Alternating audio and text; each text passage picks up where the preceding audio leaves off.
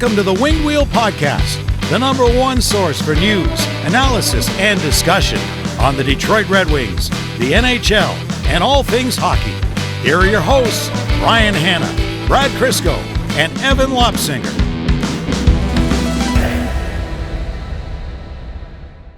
Yeah, it's always a good time preparing for the big episodes. Trade deadline preview. We're like, all right, not that we'd never take an episode, anything, but, as prepared as possible. But we came into this, make sure that we're on the ball, efficient with our recording. We know our plan of attack, try to be as structured as possible. Walk upstairs to the studio. I have dipped both of my sweater strings into my coffee. So that's about the start we have to this morning. Yeah, and our prepping was very on topic today. Oh, absolutely. Yeah, it would be weird if we did anything different than this. If we actually went over show notes for the 20 minutes before we start recording, I think it would actually throw us off. Yes. We'd get nervous. We'd be too prepared. That's not how we roll. No, structure? Never heard of her. All right, folks. The disclaimer that always comes with these episodes. This is the 2026 NHL Trade Deadline preview episode of the Winged Wheel Podcast. What you're about to hear is likely to be out of date by the time you hear it. So take it with a grain of salt.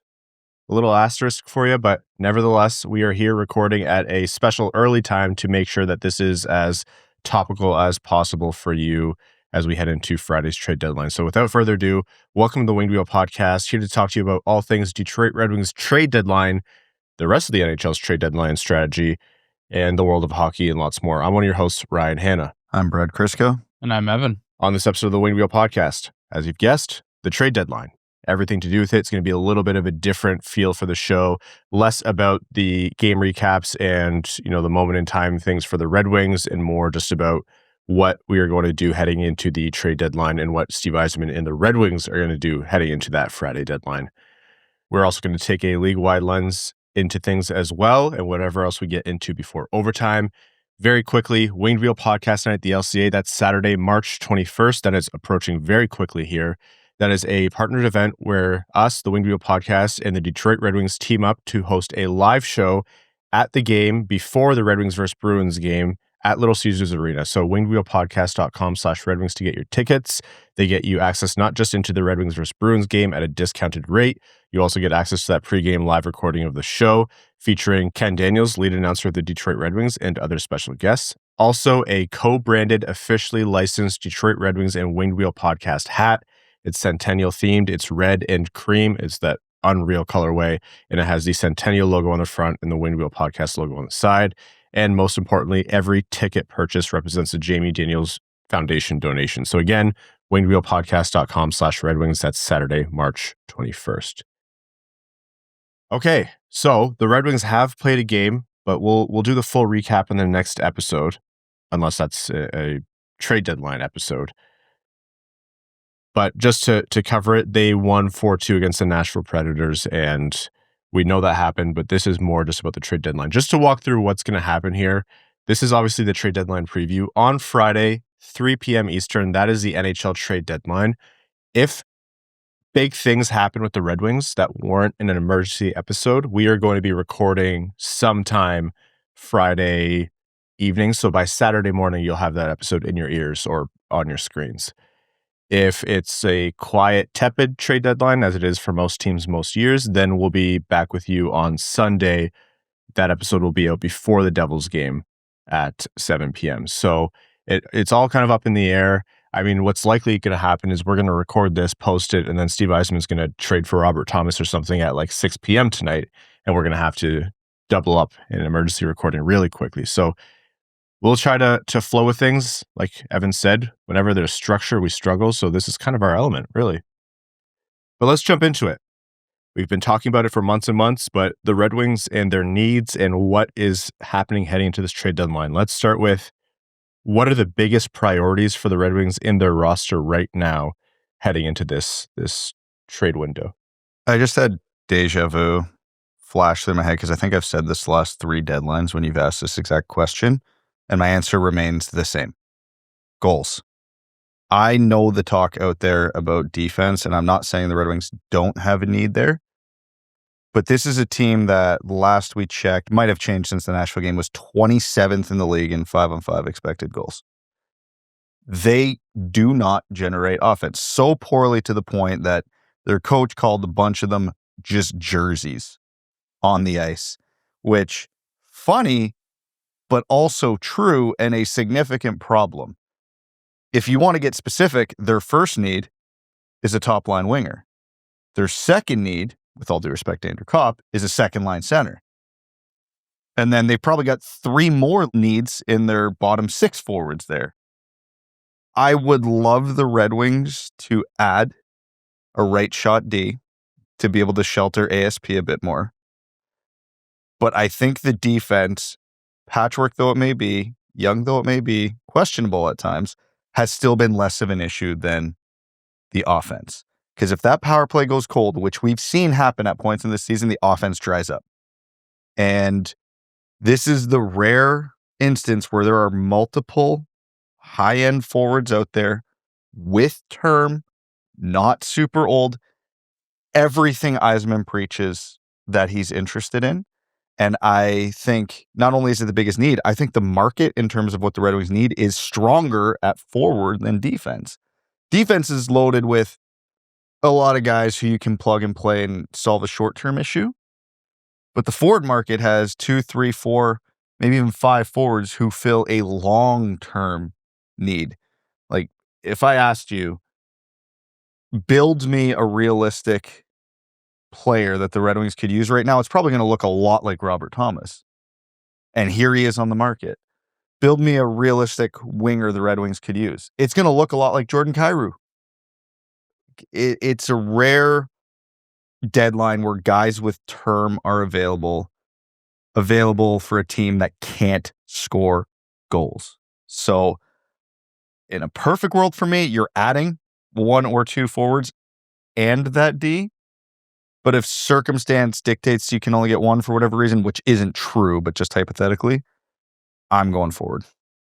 I think for me, when you look at successful NHL teams, it is not the teams that rely heavily on goaltending and power play. And right now, if you look at what the Red Wings are good at, they have good goaltending on most nights, and they have an extremely hot power play. That is not going to be a recipe for success in the playoffs.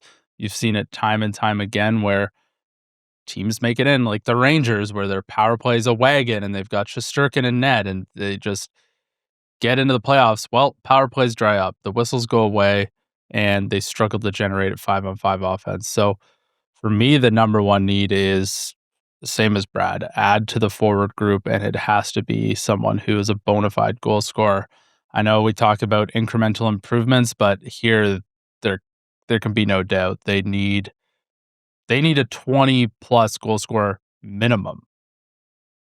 I can't sit here and deny the fact that they need better offense. Like 5-on-5 offense is really kind of scary to watch, and you feel good about the results that have come even on nights where it's been the power play and John Gibson winning the games for the Red Wings, but you know that comes to collect at some point. Nobody can sustain that the whole season, and if they do, like you said, Evan, in the playoffs, the whistles go away. You don't get the calls that you usually do, and your game flow is all messed up because you're still getting dominated 5-on-5, probably even more, and your guys are just getting hammered and they can't get out there on the power play at all. So, yeah, you need to do that. I'm not going to sit and deny it. I will say, I think the Red Wings, and this is deja vu for me, akin to Brad, their defense needs help, and the bar is so low that you can bring in pretty much anyone. A third of the listeners right now, it feels like, could step in and be a help. Like, there's absolutely nobody behind Mo Seider who's playing at a consistent enough level where you're like, yeah, the Red Wings right side is Seider and this person. Like, I understand Bernard Docker is taking more minutes now as he has kind of improved in 2026 compared to the start of the season, but is that going to hold? Does that hold in the playoffs? ASP is, I don't think, long for big minutes on this team, especially as the games get more important and as they move towards the playoffs. It's not an indictment on his long-term future or anything, but it's just the reality of this season. He's up partially because of his own merit in training camp and preseason. But if the Red Wings had a competent right side, he would appropriately be down in Grand Rapids this year. That's how much I think they're struggling with him. They're having to do too much to shelter him. And that has an effect on the offense, right? Like, not to absolve the Red Wings' depth of their lack of scoring, but if the ice isn't so tilted against the Red Wings because the defenders can't, get the puck out of their own zone or defend effectively, then guys who aren't so proficient in generating offense are going to struggle. They're going to have whatever little offensive ability they have covered up by that. So in addition to the offense, I do think they need to just bring in anything better. I would love a much better right shot defenseman, like a true second pair right shot defenseman, or even a true third pair right shot defenseman, like a really good one at either one of those slots. But even someone who you're like, wait, no, they suck for that team. They probably still would suck less than a lot of what the Red Wings have right now. So that's my other priority. That's just as big in my head, biased though I may be towards defense, as the forwards. And that monkey paw curls. We talked about it last episode, so I'm not going to rehash the whole conversation, but you can get everything we want in one trade because there are good defensemen out there, right shot defensemen, who defend well, but also bring a bit of offense. Mackenzie Weegar, Justin Faulk, Dougie Hamilton. I think to your point about improving the defense will help the offense. Correct. I think those three are probably the targets you're looking at on the right side that will do that. They can move the puck. They can create offense. They can do a lot of things to help this team in the ways we're talking about. You will get Tyler Myers and you will like it. Because that's... they apparently have not taken that offer off the table Helping yet. whose offense? Exactly. And again, we're all talking about this in a hypothetical world, but I cannot shake.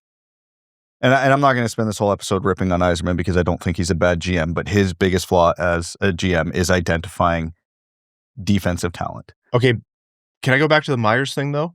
Go for it. We're going to talk about we're going to explain the full Myers situation in a minute here, but I think he's an example of, if you take the cost associated with him aside, the reported cost, we don't know what's real yet. If that's a depth pick or whatever piece, it's not like the most fun trade math to do.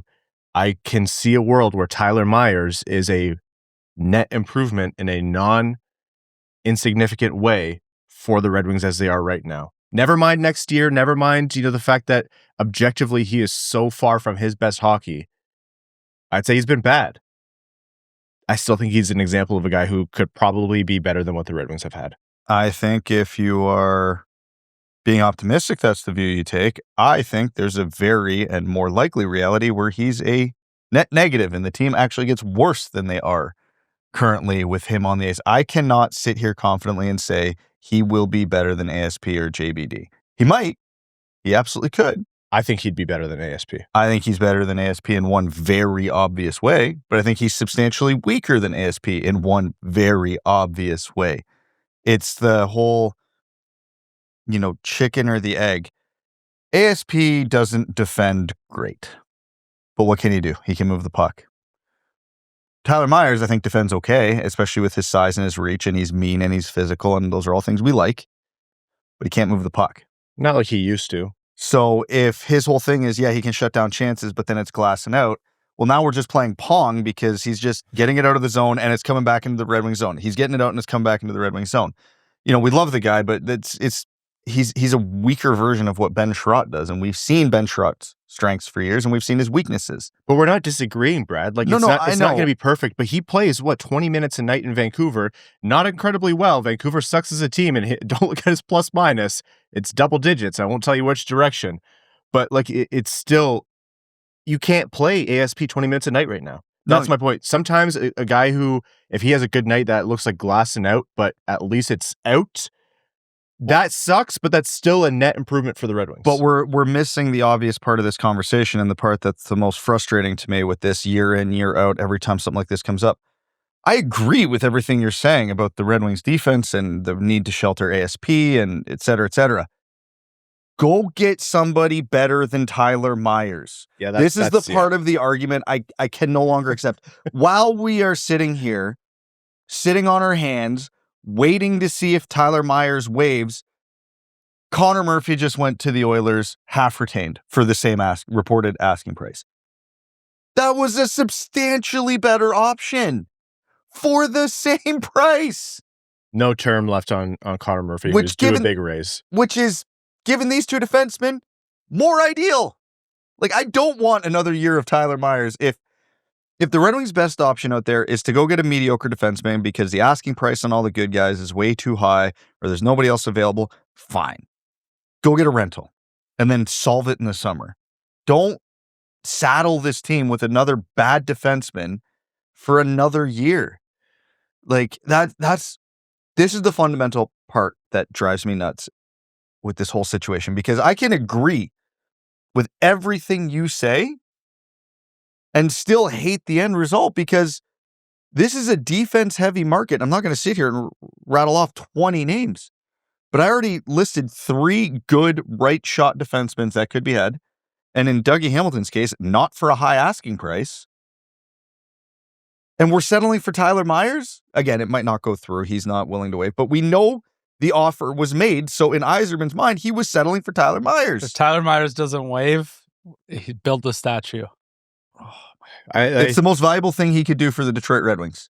It's always hard to talk about, intentionally dive into things that will be almost immediately expired upon listening. But let's just jump into it. That's a good segue into, those are the Red Wings' priorities. I don't think any of us are going to argue that the Red Wings need a goaltender or should be in on the Binnington sweepstakes or anything like that. Although if you have that hot take, save it for later, I guess. But the player that the Red Wings are reportedly in on, that's kind of the most material, substantial news and insights that we have, because it's out there publicly, is that they have a trade offer on the table for Tyler Myers from the Vancouver Canucks, a colossal right-shot defenseman who is far past his best years and has another year left of term after this one at about $3 million. So the reported offer is a second-round pick, but nothing is confirmed, so we don't know what it actually is, and that could change. And he has a no-move clause. As of July 1st, that trade protection changes, so he then has a 12-team no-trade list, which means he could be traded to 20 other teams at that point. But as of right now, he has full control over where he goes. And he hasn't been willing to waive his no-move clause to go to Detroit as of right now. It could change. Everyone's saying it's not completely off the table, but essentially him and his agent are trying to see if he can create a market for himself to go somewhere closer to his hometown, so the Dallas Stars, or somewhere out west. Doesn't want to move his family too far. A young family, again, he has a child with cerebral palsy, and so you can understand the need and the want to not have too big of a disruption into their lifestyle and stay close to their support system, et cetera, et cetera. So that's someone they're in on for sure. Let's jump into the other players who the Red Wings have been reportedly connected to. And why don't we start with, I think, the biggest name that's not Robert Thomas, and that's Elias Petterson. Probably actually. Jesus. Well, Here we go. Here's the thing.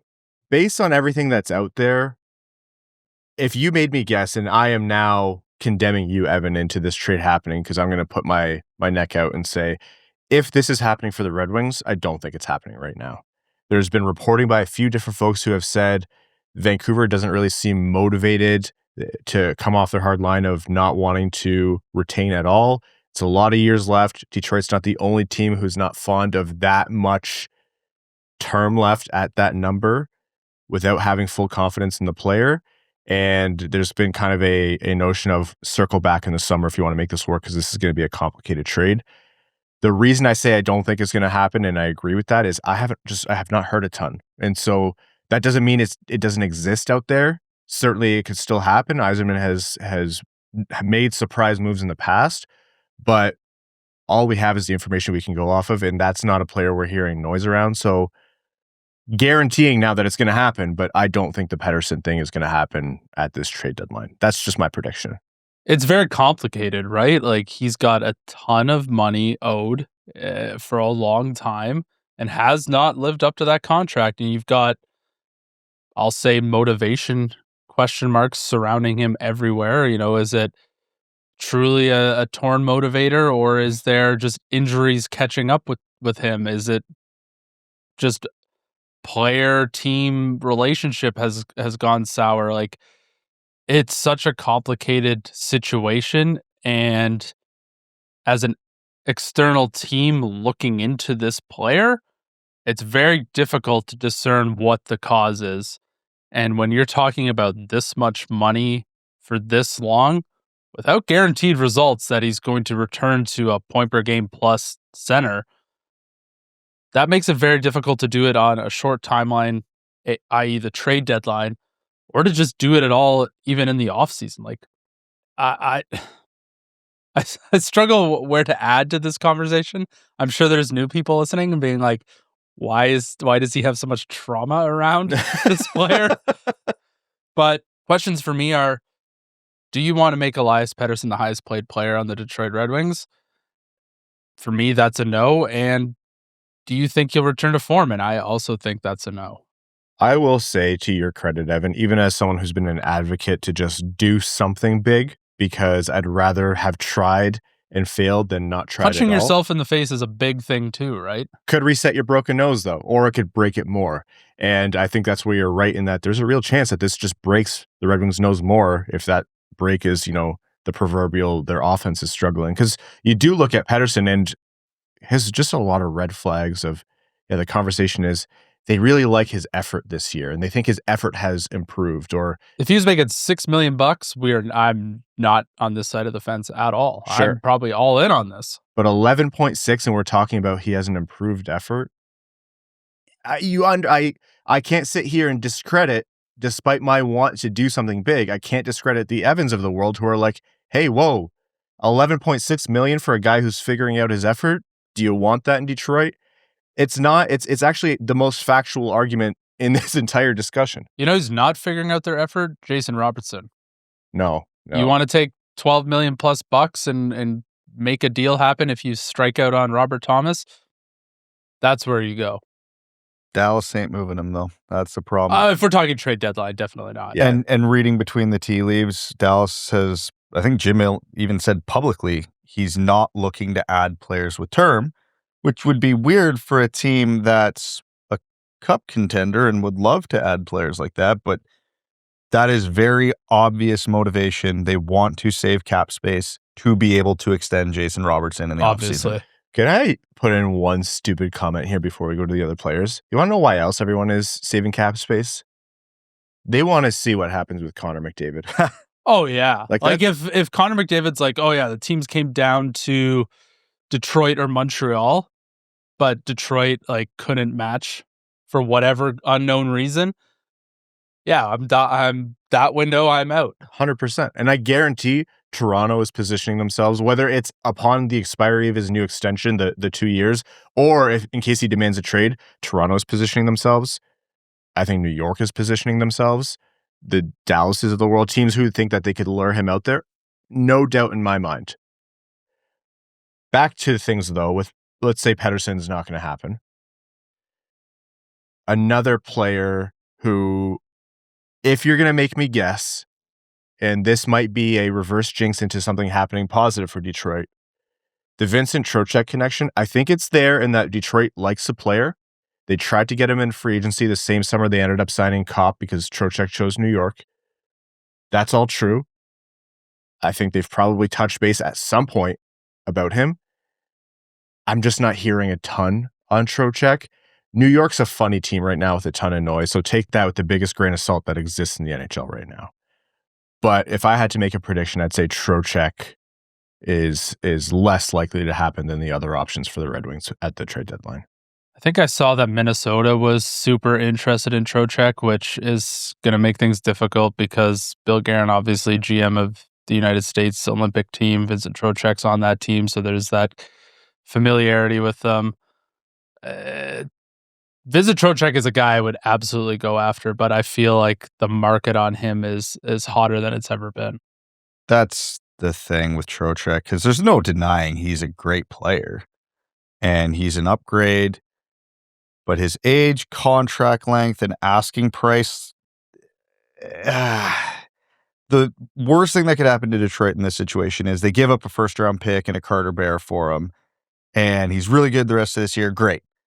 And then once you get to this age, the cliff usually comes for most NHL players. Might happen this summer, might not happen for 4 years. Everybody's different. But if it hits sooner than later, this trade's a disaster. And at this point, honestly, I'm probably willing to gamble because holy crap. You got to do something. You got to do something. So I think I'm at the point I'd rather the Red Wings do a Trocheck trade. Say that 3 times fast. Than nothing at all.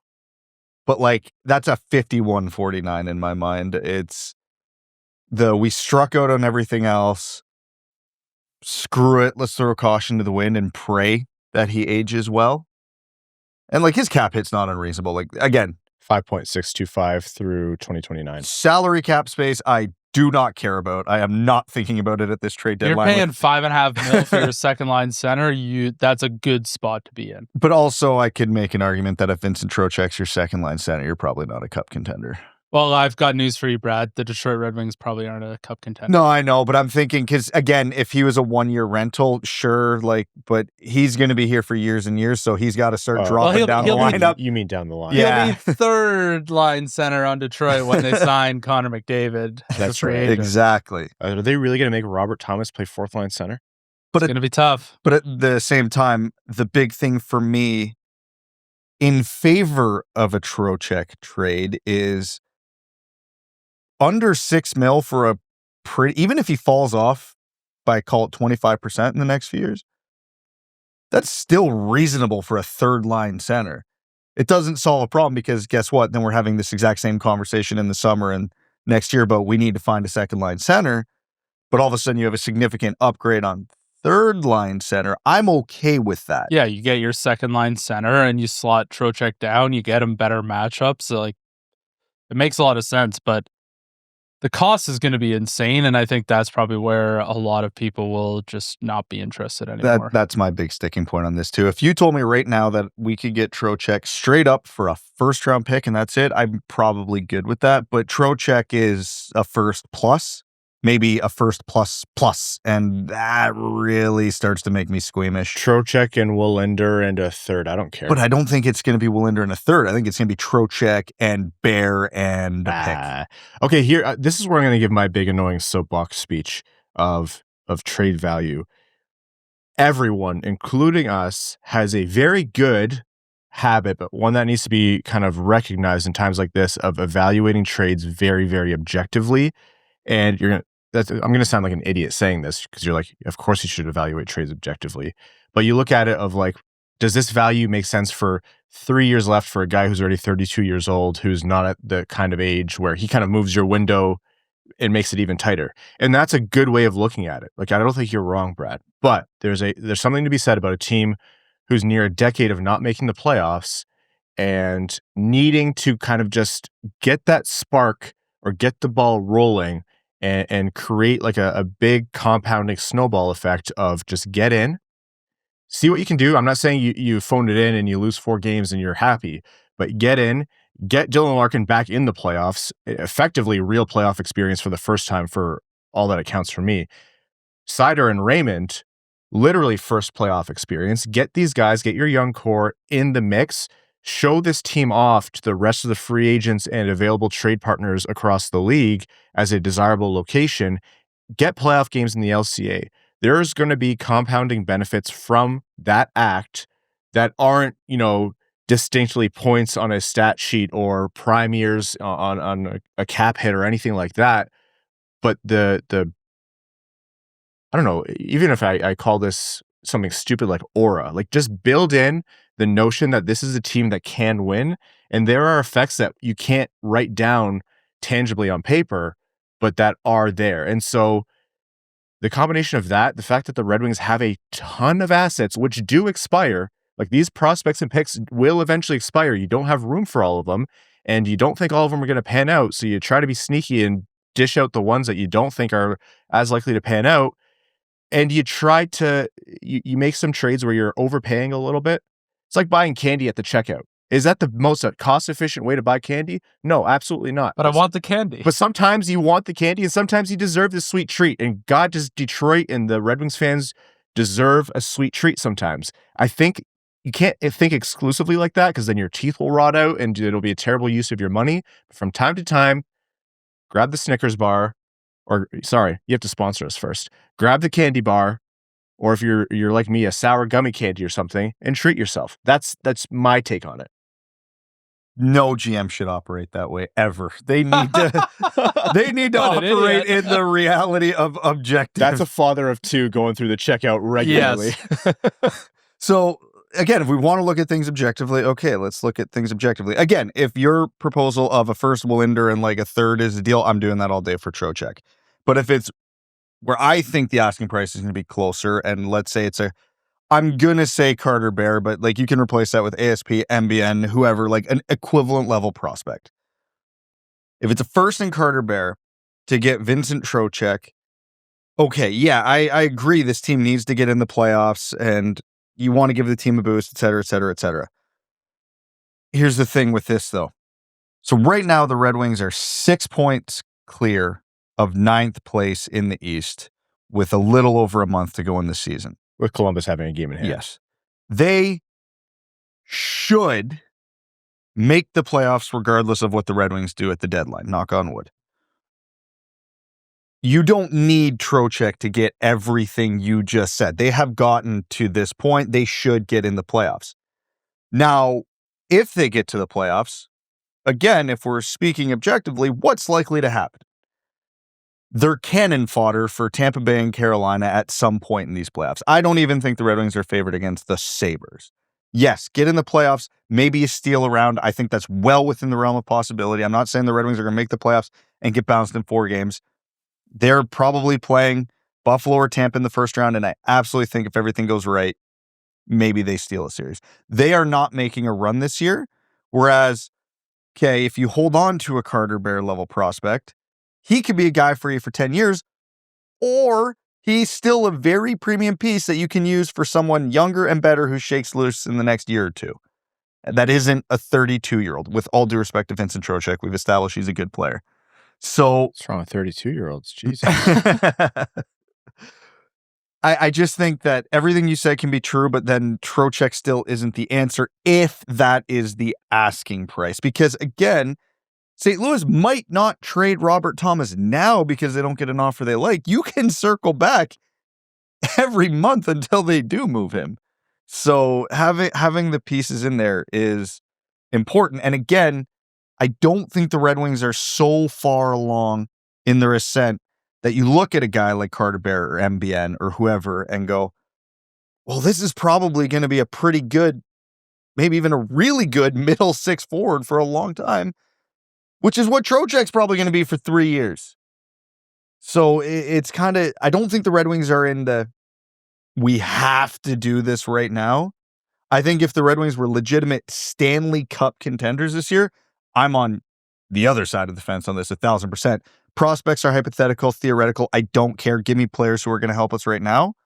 But I don't think we're so far along the path where we can completely write that other end of it off. That was a long way of saying we have candy at home.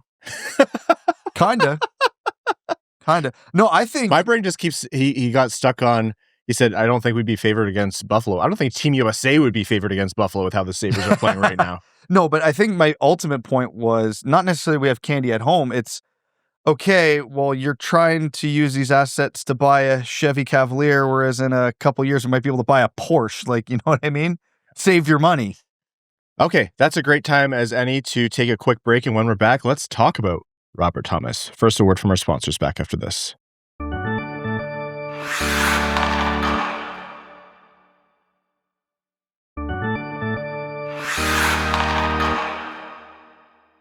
Okay, welcome back. Let's get into the guy whose name who we've said more than anyone else's, including Elias Petterson, and that's Robert Thomas. It's getting to the point where the words have kind of lost meaning because you've said it so many times, but Robert Thomas, everyone is talking about St. Louis's Robert Thomas. And yesterday, that news took a turn with a little bit of negotiating in public, it felt like, where the Buffalo Sabres came out as a leading contender for Robert Thomas. The Buffalo Sabres, who are emboldened by just being an excellent hockey team ever since Kevin Adams left. And I mean, one, looking at this from a neutral hockey analysis point of view, I think that would be a great move by them and well-deserved, and that's a team that could be scary. And two, if Robert Thomas comes to the Atlantic Division and it's not the Red Wings, This is that's worst case scenario. I might lose both of my remaining hairs on my head. Like that would be terrible. Absolute worst case scenario, Evan. You're 100% right. I like to think over the last few years I have done a better job of not having complete crash outs on the podcast. If the Buffalo Sabres get Robert Thomas and the Detroit Red Wings get Tyler Myers, and that's all the Red Wings do, I'm going to have a pretty valid, and I'll say valid, crash out on the next episode. That would be a disaster. The Atlantic is already tough. It's hard to watch just how far forward the Sabres have springboarded, how much the Canadians have to work with. You're always scared, maybe not short-term, but long-term, of the Senators still look like a good team if they can get a goalie. You're in an arms race right now, whether you think that's reasonable or not. So yeah, I don't blame you, Brad, and I would have the same feeling of, regardless of the context, it's not a good thing. And for the illustration of just how good these teams are this year, which is annoying because this is the year that Detroit's good, I think Boston is on pace for 100 points, and they're the second wildcard team right now. Yeah. That if that's the cutoff, that's insane. So, without getting too doom and gloom, Robert Thomas, again, he is a unicorn of a free agent, and he's the other half to the soapbox that I got on before the break of, there's very few perfect players, and sometimes you have to overpay for something, even if it's not a perfect setup. He's a perfect setup. He's 26 years old. He plays center. He plays a great two-way game, like a very good two-way game, is usually hovering at about a point per game, scores enough, like he could be a 20-goal scorer, though that's not his calling card, is signed through 2031 at $8.125 million, which fits perfectly into Detroit's cap structure. Upon expiry, he's 31 years old. Like, that is... You do a whole nother 8-year deal. at double the money. But in all seriousness, that's a unicorn. That is 100% a unicorn, and it's the kind of player who one or two of those factors or conditions that I just named very rarely exists in a trade target.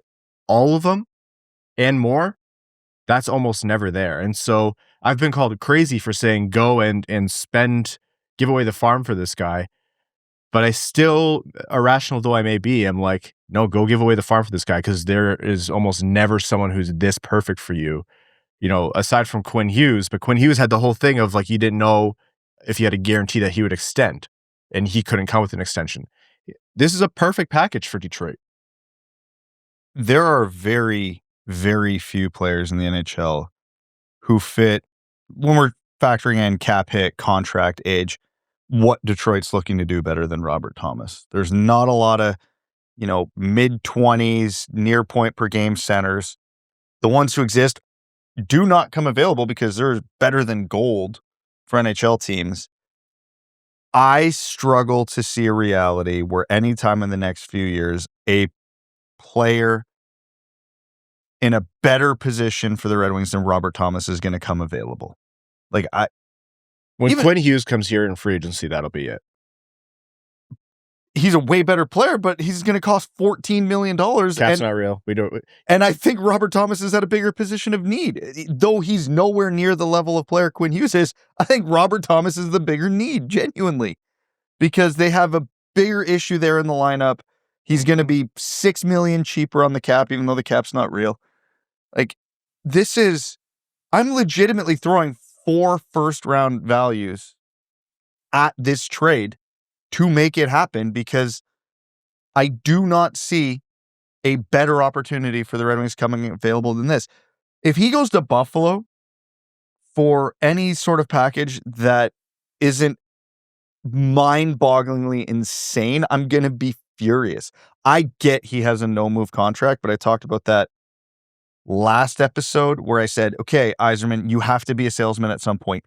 Convince him to want to come to your team. You have the nicest facilities in the entire league. You are a team on the rise who should be, if you get Robert Thomas, contending for the entire window of the remainder of his contract. This should not be a hard sell. You're an original six franchise. Like, if Robert Thomas gets traded, because again, I'm still not fully sold that St. Louis is actually going to do this, but if he does, and the team that gives up whatever for him isn't astronomical, and it's not the Red Wings, this is an abject failure. I think if he does get traded, it's going to be very hard to interpret the deal because of his no trade clause. Like, if he can dictate where he goes, St. Louis isn't going to health bomb him. No. Like, they're just not going to do that. So it'll be very difficult. Like, let's say he goes to Utah and the price is their 2 best prospects and 2 firsts. Like, yeah, we really wish the Red Wings would have done that. But what if he was just like, no, I'm good. Like, I don't like Detroit style pizza. I want to go to Utah. It's going to be impossible to know. I think it's almost the trade would be rage baiting almost any way you shake it if it's not to Detroit.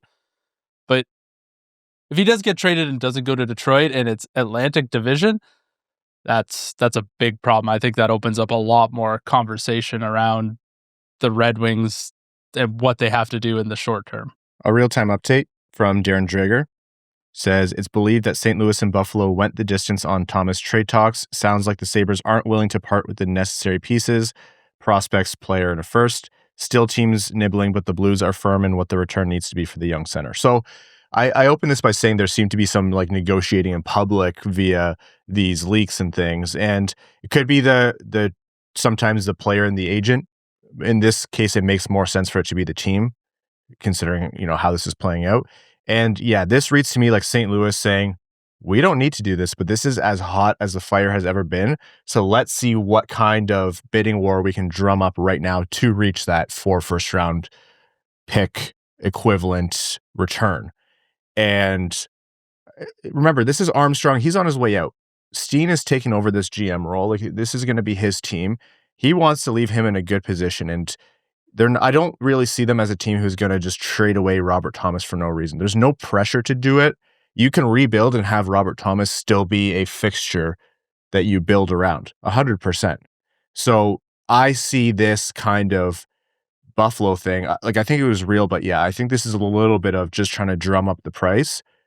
I do tend to agree, though, of I'm willing to be crazy and overpay. That's not completely unbiased, though, because we've been doing this podcast for 11 years now. And I'm like, you have all these assets that are not going to pan out. And so if you pick one of the young centers, one of your young wingers, and then 2 first-round picks, go protect them, like top 10 protected if you want. Maybe that does it. I don't know. But I think there's a decent shot he gets moved, but I would be surprised if St. Louis did it for anything less than this kind of very widely reported 3 to 4 first-round pick equivalent return. The reported was 3 top 15 equivalent assets. So again, if you go down the path, Carter Bear, top 15 pick. Nate Danielson, top 15 pick. First round pick, maybe obviously the Red Wings first round pick this year, probably not going to be top 15. So let's throw in a second round equivalent. Just call it a second round pick for the sake of bridging that gap. There's no way I'm not doing that. Like, Nate Danielson, in my mind, his absolute ceiling is Robert Thomas, which how many times does a prospect hit their absolute ceiling? Rarely. So that's where the Carter Bear buffer and the first round pick buffer is, to be like, all right, well then if they all hit, good for you, St. Louis, we're happy for you. But we're going to get right now what we think Nate Danielson best case scenario is. And he matches the timeline. He matches the timeline of the core, everything. It's, again, if the asking price is substantially higher than that, now you're probably starting to scare me off. But that price, I don't bat an eye at. We'll see. I think Detroit has been one of the teams around it. I think they've asked about him for some time. They have a history of trading with St. Louis, and it's our understanding that the there is actual genuine conversation happening there. They're not the only ones. Utah was mentioned as well by Evan. There's more than just those two teams in Buffalo in on it. But yeah, Steve Yzerman is definitely in on this one.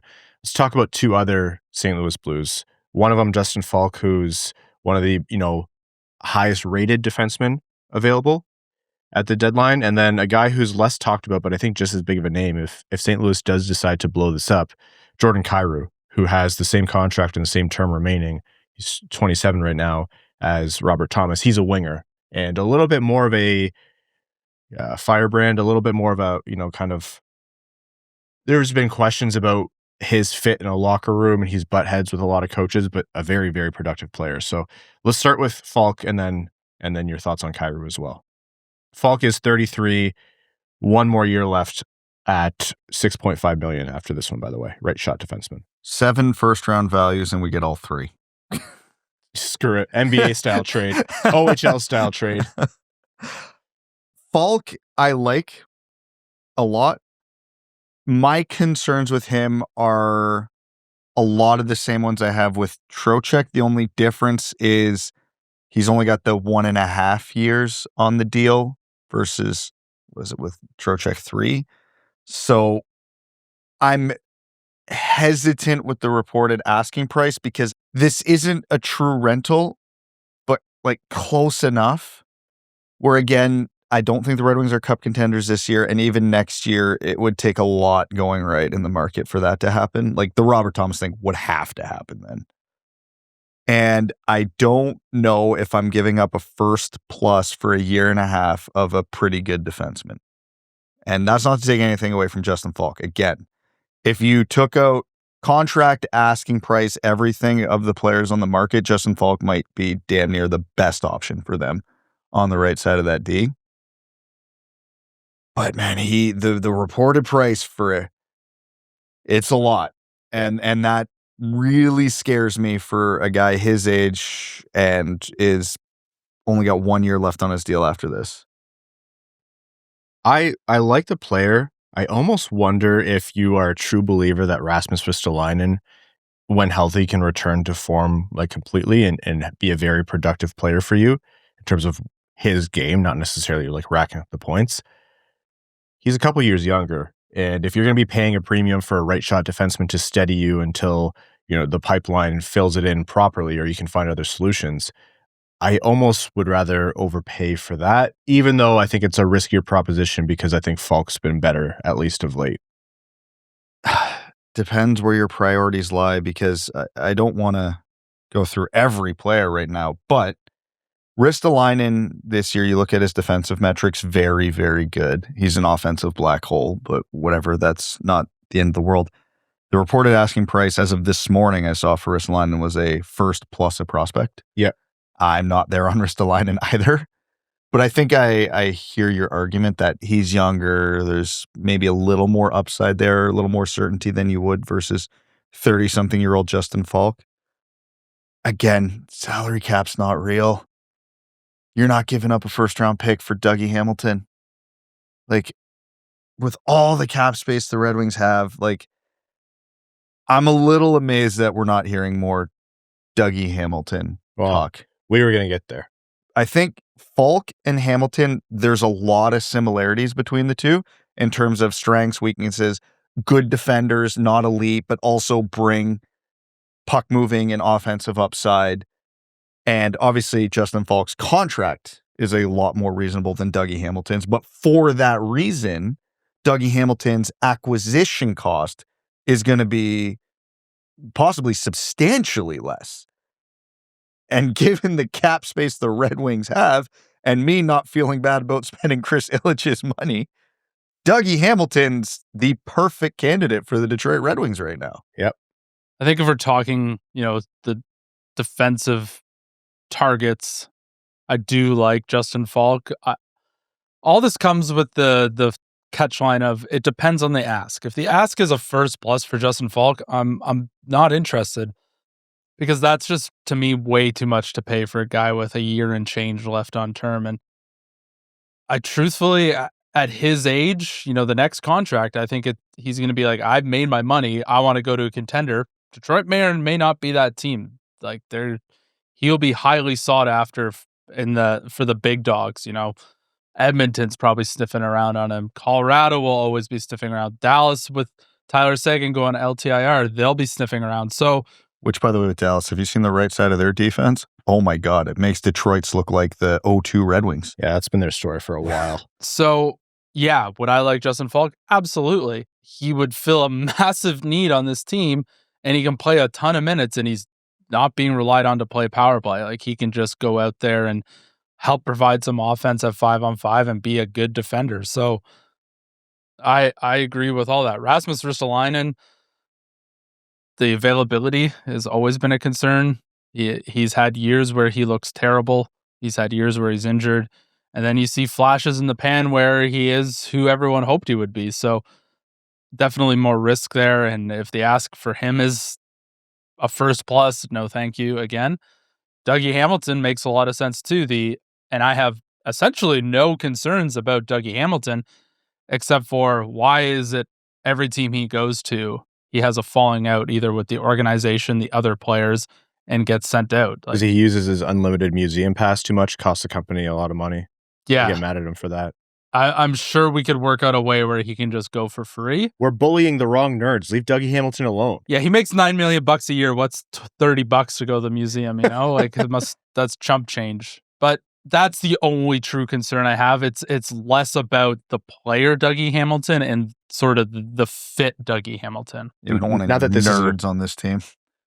We need more nerds. We need lunatics, not geeks. Nerds and lunatics. If you are normal, we don't want you. Can I go out and have a beer with you? Great. You can be president. Don't get off the Red Wings. No interest. You either have to be antisocial or a complete liability. You need to be a complete insane person on the ice. So there's one other defenseman my initial take on was I wasn't super interested, but the more I've thought about it, the more I've looked around, the more I've kind of moved him close to the top of my list. I think I might be pro Mackenzie Weegar now.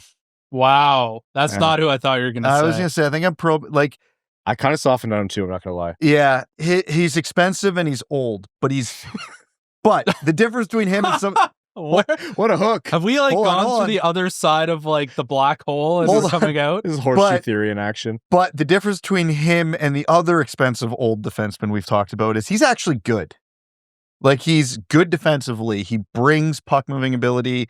But the thing is, if you're going to give up a first round pick or whatever it ends up being, he's got term. And I'm not saying he's going to be elite or even above average for the entirety of this contract. But again, with the way the salary cap's going up, if he's your 4 or 5 defenseman and a good one at that, that's not an unreasonable contract for that for the long term. Again, there's risk with the age, but if you're gonna give up a premium, I'd rather get a few years out of the guy than just 1.5. If we're talking about a few years and concerned about age, I'm also curious what your guys' thoughts are on Oliver Ekman-Larsson. He's been good for the Leafs, and the Leafs are ass. And he's old, but he only makes $3.5 million, and he has another 2 years on his deal and plays both sides. So I don't know. Once again, depends on the asking price, but you're dealing with one of the worst GMs in the league. You can definitely make something happen here. So curious what your thoughts are on that. I like him more than a lot of the other options out there, but I'm not giving up a first round pick for him like a lot of the other options out there. The low AAV means they can probably ask for more than a second, but that's a guy who I would much more happily put a second towards. I understand the point on both him and, to a much bigger degree, Mackenzie Weegar, who has a big contract. He has $6.25 million through 2031, and he is already 32 years old. He just turned 32 at the start of this year. So it's not nothing. That's pretty significant. I said at the start, I agree that I'm kind of softening on Mackenzie Weegar as a proposition. 6.25 is a lot to be putting towards a 5'6" guy, and he's not playing his best hockey, but you've seen him be a very good defenseman in the past and would bring a very big net addition to the lower ends of this Red Wings defensive core. He'd be actually a higher end just by default. I'm open to either of them. If you're overpaying if you're overpaying for a defenseman, I'm open to either of those guys to different degrees. You have to hold your nose a bit, but I just think back to what we were preaching at the start, which is you're going to have to hold your nose a bit. I disagree with what Brad said of like, you have to be fully objective with every trade. So yeah, this would be one where you're like, does it make the most sense? No. Does it help them now and for the next couple of years? And do you have something to deal with later? Yeah. But later problems are later problems, you know? And to go back to the Dougie Hamilton thing, I think that's a very special case because that moves the problem outside of the realm of the NHL's dealings completely. All it is the owner's paying a lot of money. And with all due respect, I don't care. I guess the other thing, yeah, that's for sure. Especially when expansion fees are like 1.7 billion, like Crimea River. But I think the other question I now have about Dougie Hamilton, now that my brain is starting to turn on a little bit more. Just in time. Yeah, no kidding. Is the Quinn Hughes conversation. Are you helping yourselves more than you're helping New Jersey, who will absolutely be going for the same, I'll say, generational type defenseman that you will be in a couple of years? I think it's a really good thought, and I think Detroit's not in a position where they have the luxury of galaxy braining to that degree. Okay. I think if you are in the, Minnesota position, or if you're in the Colorado position, not that they're necessarily in a Minnesota already has the Quinn Hughes. So no, that makes it a little bit easier. And that helps. But if you have a team who already has the players to be at a cup competitive level, then you start to work in the margins like that. Detroit's not there yet. And so I think your main concern has to be improving the team to a degree where if Quinn Hughes isn't extended by Minnesota by then, upon expiry, he looks at his destinations of where he wants to go, which we know Detroit is on, and he's like, I want to go there. And look, they're winning right now. So true. It's not a bad thought, but I think they need to get there before they can get there, if that makes sense. And with how much the cap's going up, there's no reason they can't do both. No, yeah. Well, it's less about Detroit having the cap space and more about enabling New Jersey to have that cap space. Those are some of the defensemen out there. I think that was a pretty kind of fulsome conversation where there's a lot of gray area. But going back to the other St. Louis forward is Jordan Kyrou. And how much of a premium would you be willing to pay for Kyrou is a question. Again, a year older, similar contract, same contract, I should say, as Robert Thomas, but just at a different position. He solves a need, not as unicorny, if you want to call it, but he's still that top six winger that you've always wanted. Production's a bit down this year, but still not bad at all. St. Louis has just sucked. Yeah, I'm probably willing to pay a very heavy premium for him as well. I think whatever you value the center position at in a trade, just take that off of the package that you're giving for Robert Thomas and throw it at Jordan Kyrou. So is that now 2 top 15 values plus a sweetener instead of 3 because he's a winger, not a center? Probably where I'm at. So if it's a prospect, and call it Wallinder, sure, I'm doing that all day, and I am very interested in it. Because the thing with the Red Wings, and I've said this jokingly, but it's literally, they need both. They have a big hole next to Raymond and Larkin on wing, and as much as Andrew Kopp has exceeded expectations this year, he cannot be your second line center if you fancy yourself a true contender. So there's a top 6 center spot available as well. In a perfect world, you're throwing 6 assets at them for both of the guys. Obviously not going to happen. No GMs get that creative, but either or, I am fully on board for. Nashville is looking like a team that is down and out, and Steven Stamkos, there's a report that said he's not waiving and doesn't want to go anywhere, but further elaboration kind of revealed that is probably a situation where that's his preference. But if Nashville's tearing this thing down and Barry Trotz is on his way out and wants to leave the next GM with some assets to work with, there are going to be some guys, be it Jonathan Marchessault, be it Steven Stamkos, who may want to find new homes, and Nashville maybe want to facilitate that for them. So is there anyone from Nashville that you're looking at who could potentially be available here? Eric Hall is another name out there. What do you think it would cost for Ryan O'Reilly? I'm way too much. Really? Well, okay. Are you saying way too much because you think he's not good, or because you'd rather use the it's a lot of assets because he is good, still good. I think he's really good. And I think their ask is going to be appropriate for that. And I think, again, he's a rental though, right? Like this, he's another year. He's got another year. Okay, so he's semi-expiring. We're having the Trocheck conversation, but with even we're having the Trocheck conversation again, but with even less term, which in this scenario is not a good thing. And older, he's 35. Exactly. I just think where the Red Wings are at. Who's the 38-year-old we're trading for? So I can make the same joke. You're 38? Damn.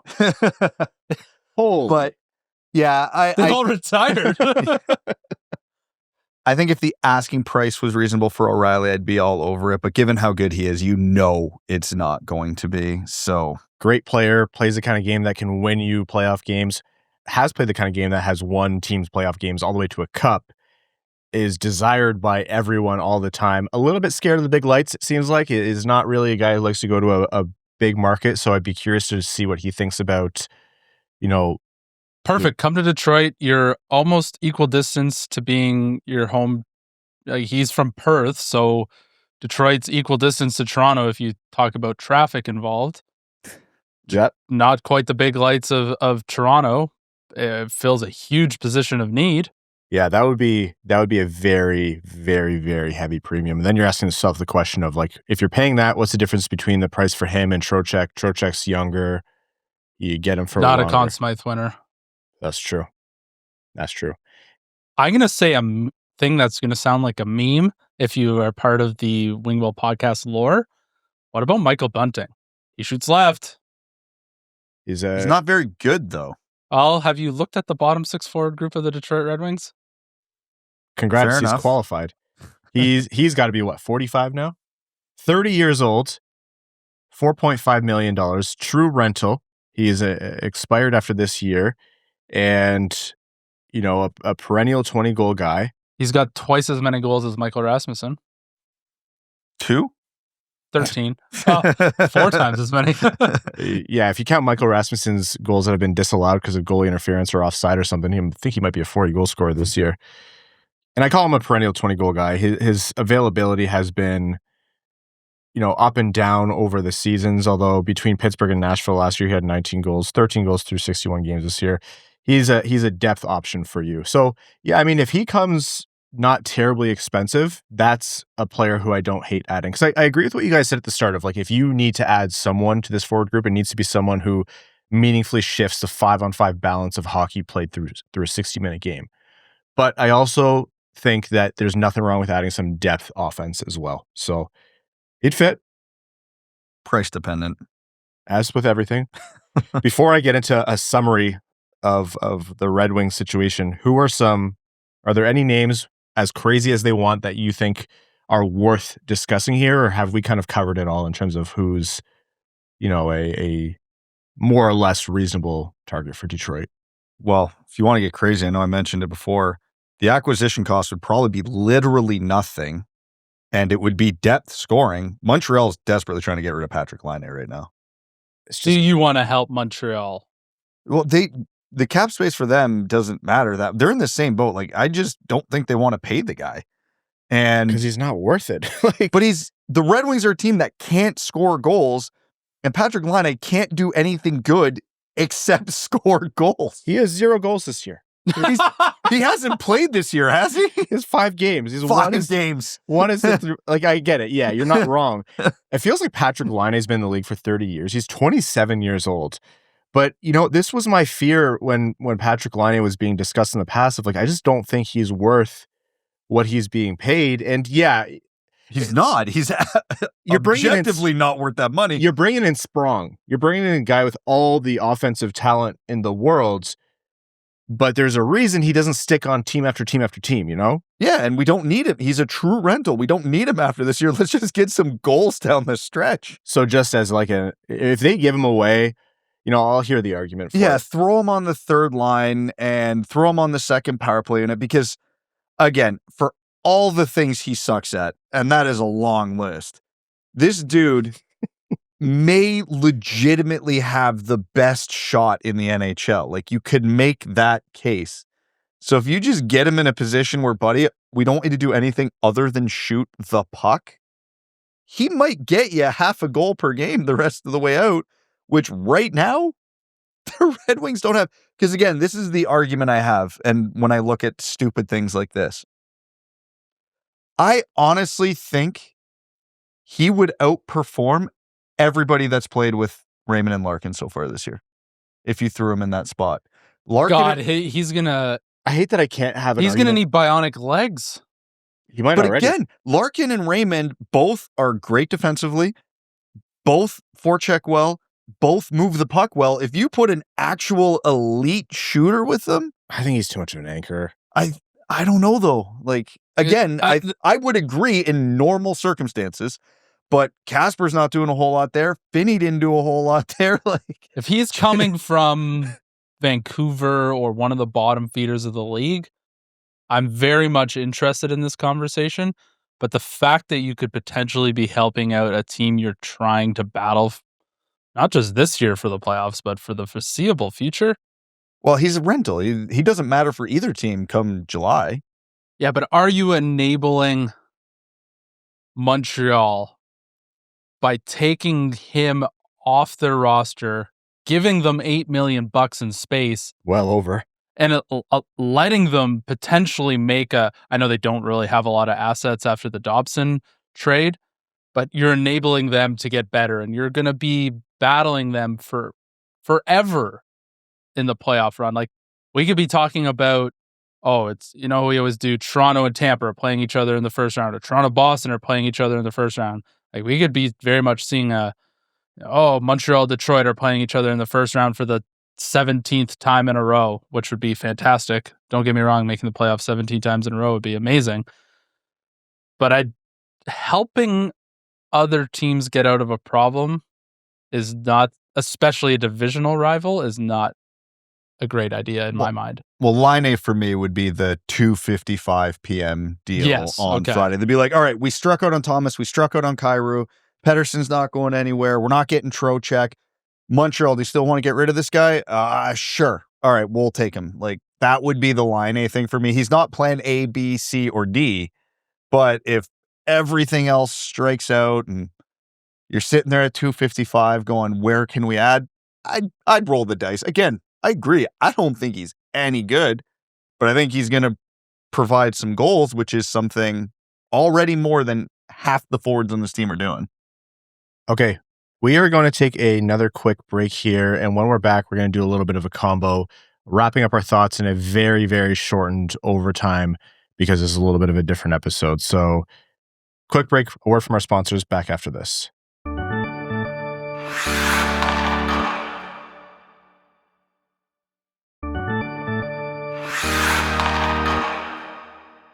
Welcome back. Okay, I think we have pretty well laid out what the trade deadline looks like. We haven't talked about, the names down the list that are still notable.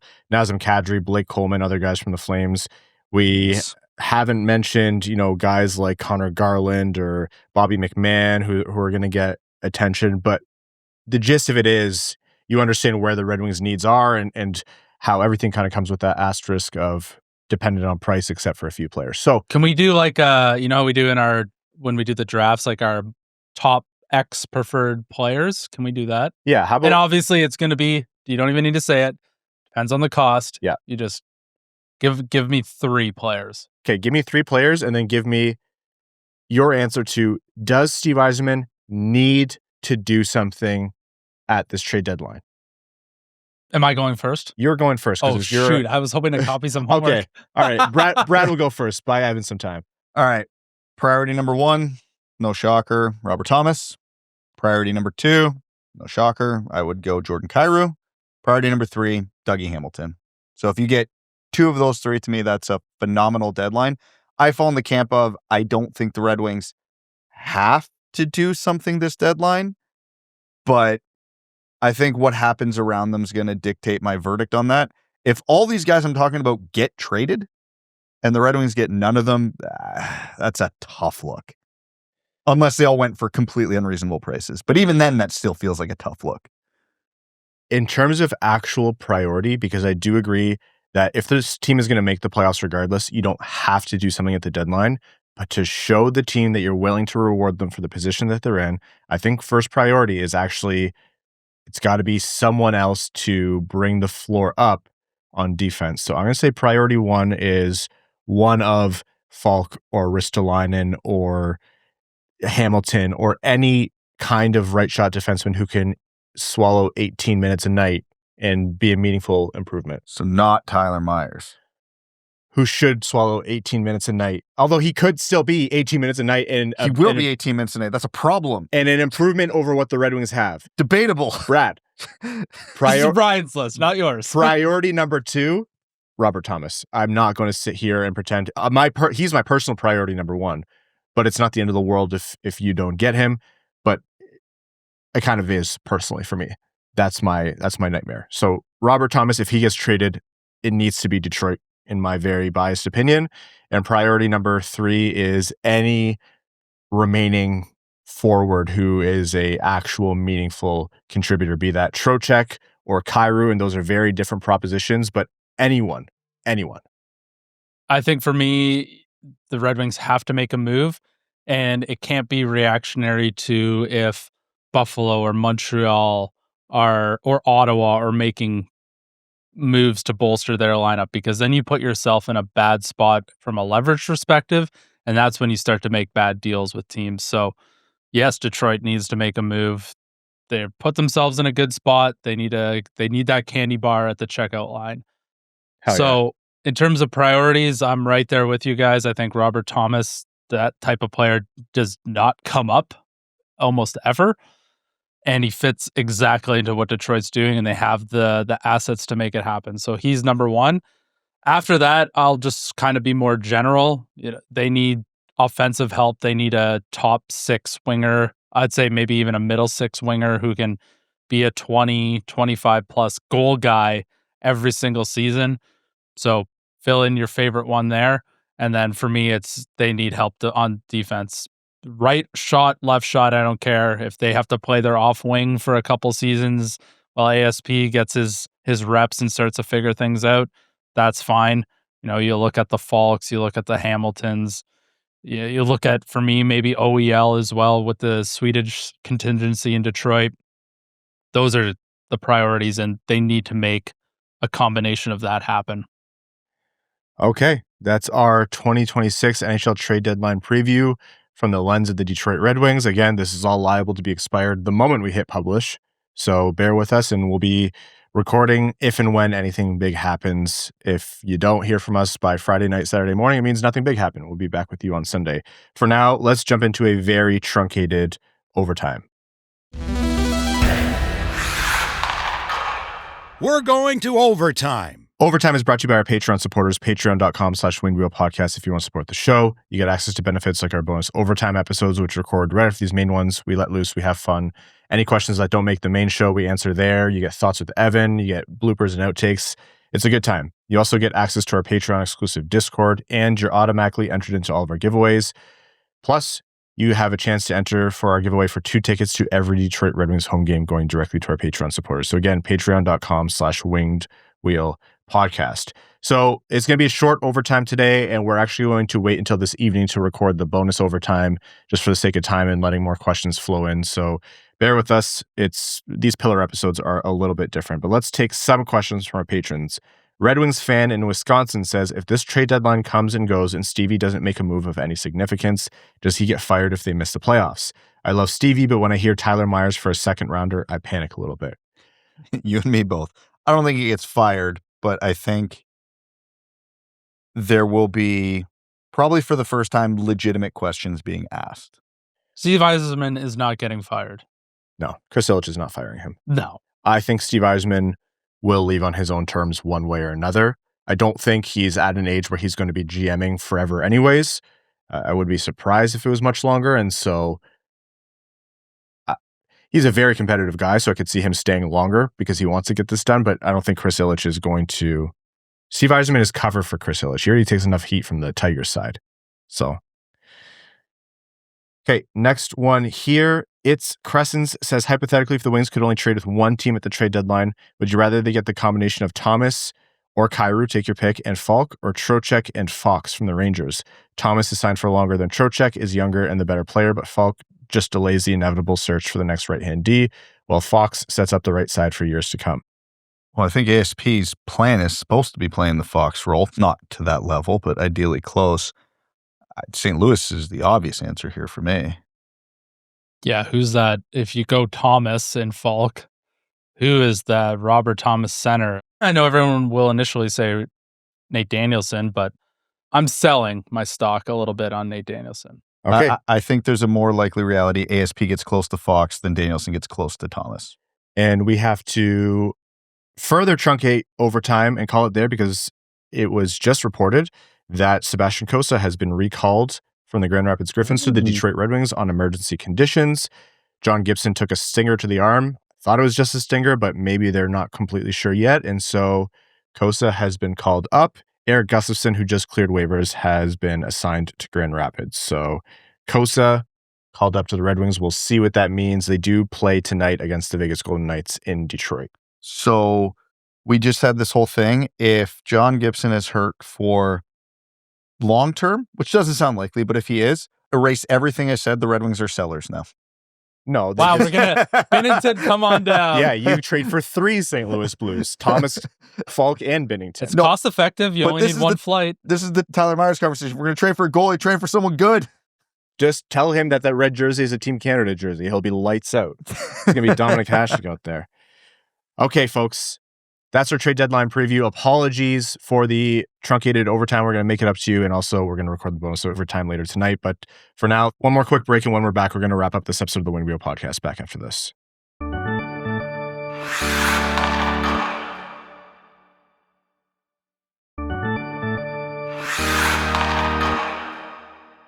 All right, folks, thank you so much for tuning in to this episode of the Win Wheel Podcast. Appreciate all of our new listeners. I would say these aren't how most episodes go, but who am I kidding? And to all of our listeners of old, thank you so very much. To all of our sponsors, thank you for helping to make this show happen. And to our Patreon supporters, we could not do this show without you. Patreon.com/WingWheelPodcast. If you want to join the Dub Dub Club, support the show, and get access to all those great benefits. And if you want to help us out, but Patreon's not for you, that's totally okay. Wherever you get your podcast, if you subscribe or like the podcast or the video or leave a rating or review that stars the written review, all of those are ways that you can help the show out quite a bit. So again, thank you very much to all of our name level supporters on Patreon. This whole show is you're the heart and soul of it. Arjun Shankar, Aikfer, THL Champ, Samuel Soderholm, Klaus Sorensen, Glenn Brabham, Rain Dano, below average ball hockey goalie, Matthew M. Rice, Darb EQ, Sea Lion, Detroit Style, Deep Dish Cider, Bingo Bango, Hassam Al-Qassem, Asher Killian, Kalen Wood, Alex Toger, That's What I Appreciates About You, Derek Enstam, Matt McKay, Andy Hardcore, Sam Bankston, Citizen High Five, Aaron Hudson, Admiral Matt S., the Cheesebag Navy, The El Cato, Stephen Ortlieb, Jonathan Miller, Give Blood Fight Probert, DJ Denton, Carl, Brutanen Nanaluski, Raul Pudd, Jay Gollum, Settlers of Catan Stan, John Engels, Alex Bonilla, CB55, Connor Scovey, Adam Zoiza, Adam Rose, Denny's Gamer Girl, might download Twitter just to troll Evan, Hockeytown Matt, Mr. Kuzi. Yeah, I can't recommend that enough. It's a lot of fun. Chaotic Monkey, Craig Kibble, Eyes Are Playing Stan, Clip Clop Nene, Podgy713, Unapologetic Gibson Truther, Griffin Not From Grand Rapids, Winter Knight, Marty, Kazi the OG13, Jeff Pridemore, Eric Hill, Butts Carlton, Best James Bond, Beer League Legend, Alec, Mark Hernandez, Slim Smitty Cards, Grand Rapids Girly, Anna Sleeman, William, Mike, Asher, August, Brian Munn, Improved But Flawed, Chris 99 Jones, Trevor Centerfit, Adams Red Wings Takes, Kurt Chin, Adam Ernie Slander, Kachuk Brothers, Walk to Church, Logan Stull, Colin White, General Andy Bohannon, the Cheesebag Army, Quaz, Dylan Larkin Trade Sacrifice, Antonio Gracias, Bananas Larger, Matt Keeler, Linda Hull, Connor Leighton, Good Cop, Brad Cop, Josh Yelton, Brad Simmons, Darren Fick, Bex, The Hodag, I'd Rather Be Partying in Vegas with Flavor Flav, 200 Foot, High Compete, Max A Million, Commander Ben Barron of the Cheeseback Space Force, Sandin-Pellikka's Pat Pelican, Griffey Boy, JM Rhapsody, Frank Stanley, Rosie Posey, That Other Guy, Pucking Puck Puck, Tom Iserplan Respecter, Carl Thames, Nerno, The Hat 123, Stephen A.A. Ron, Corey Preda, All Motor No Hands, Gene Sullivan, Stinky Britches, James Pridemore, Upernadian, Drop the Puck, Eric Nance, Aaron Stanislavski, Jim, Bellingham Massive Balls, Peter Swanson, Wings fan in St. Louis Scott, Lucas Raitmond, Cop Scump Lip, Trent Thurrow, Gretzky, Evan Beckner, C.E. Hayes, Finney to the Rafters, Jacob Marsh, Falkness, Fight Night at the Joe, Axel's Sandin-Pellikka, The Octopi's Ninth Leg, Finney the Pooh, I'm Evan, you're Evan, we're all Evan, Richard Wasmith, new name level supporter, Cassidy Hart, Lion L. Johnson, and Ramson Koshaba, new name level supporters. Thank you all so very much, and your second favorite patron. Appreciate you all. See what happens at the trade deadline. Thanks for tuning in to the Winged Wheel Podcast. Be sure to visit wingedwheelpodcast.com, where you'll find links to subscribe to the show on Apple Podcasts, Spotify, YouTube, or wherever you get your podcasts. You'll also find ways to support the show, like Patreon, official podcast merchandise, and more. And don't forget to follow us on X at Winged Wheel Pod, at Ryan Hanna, WWP, at Brad Crisco, and at Hockeytown Evan, as well as Winged Wheel Podcast on Instagram.